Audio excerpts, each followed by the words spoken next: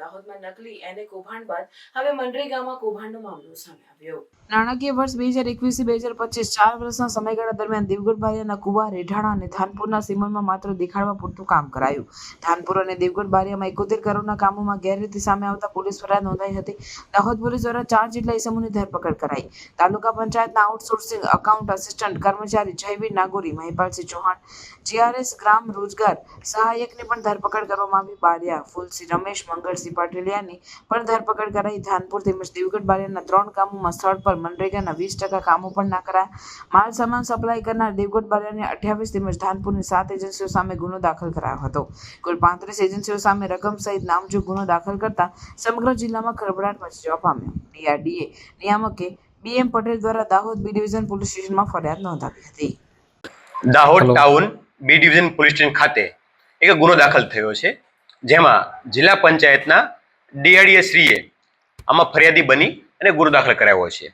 એ ફરિયાદની હકીકત જોવામાં આવે તો હકીકત એ પ્રકારની છે કે રજૂઆતો મળી હતી। રજૂઆતોને આધારે DDO શ્રીએ પોતે એક ઇન્ક્વાયરી આપી હતી।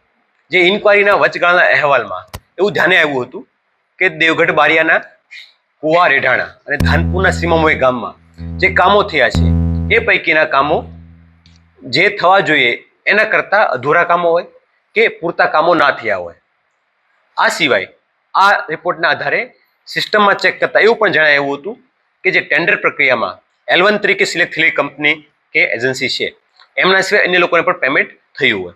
તો બંને મુદ્દાઓને ધ્યાનમાં રાખી અને DRDA શ્રીએ ફરિયાદ આપી છે અને ફરિયાદના અનુસંધાને તપાસ કરતા જે ગ્રામ રોજગાર સેવક, એકાઉન્ટ ઓફિસર કે જે આ કામોમાં સામેલ હોય અથવા એમણે પોતાની ફરજ છે નિભાવી નહીં હોય અને અધૂરા કામો હોવા છતાં પણ કમ્પ્લીશન સર્ટી કે અન્ય રેકર્ડમાં સહીઓ કરી અને ઉપર બિલો મોકલી બિલો મંજૂર કરાવવામાં મદદગારી કરી હોય। આ અન્વયે જયવીર નાગોરી અને મહિપાલ ચૌહાણ આ બંને દેવગઢ બારિયા અને ધાનપુરમાં એકાઉન્ટ ઓફિસરની ફરજ બજાવતા હતા કે જ્યારે કોઈ બિલ આવે તો પોતાની ડિજિટલ કીથી એમને મંજૂર કરવાની એમની જવાબદારી હતી અને તેઓની બદલી થઈને ઇન્ટરચેન્જ બદલી પણ અન્ય 2 તાલુકામાં જ થયેલી હતી।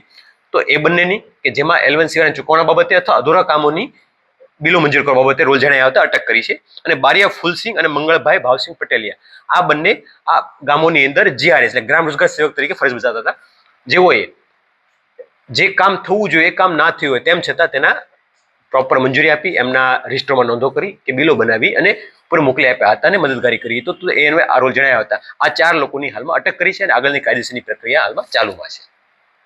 So ધાનપુરમાં જે ફરિયાદ દાખલ થઈ છે એમાં કોઈ આરોપી ધાનપુરમાં કોઈ ફરિયાદ દાખલ નથી થઈ। તો આમાં કુલ કેટલા કામો અને કેટલી આંકડો છે જે ફરિયાદમાં?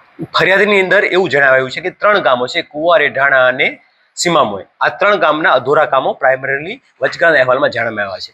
આ સિવાય L1 સિવાયની એજન્સીઓને જે પેમેન્ટ થયું હોય એની રકમ લગભગ 70 થી 71 કરોડ જેવી થાય છે, જેનો પણ ઉલ્લેખ કર્યો છે।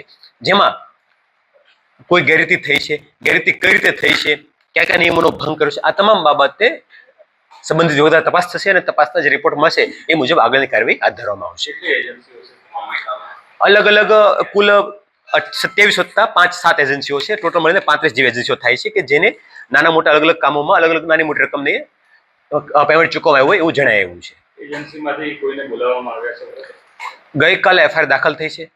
અત્યાર સુધીમાં 4 આરોપી અરેસ્ટ થઈ ગયા છે અને તપાસ આગળની ચાલુમાં છે।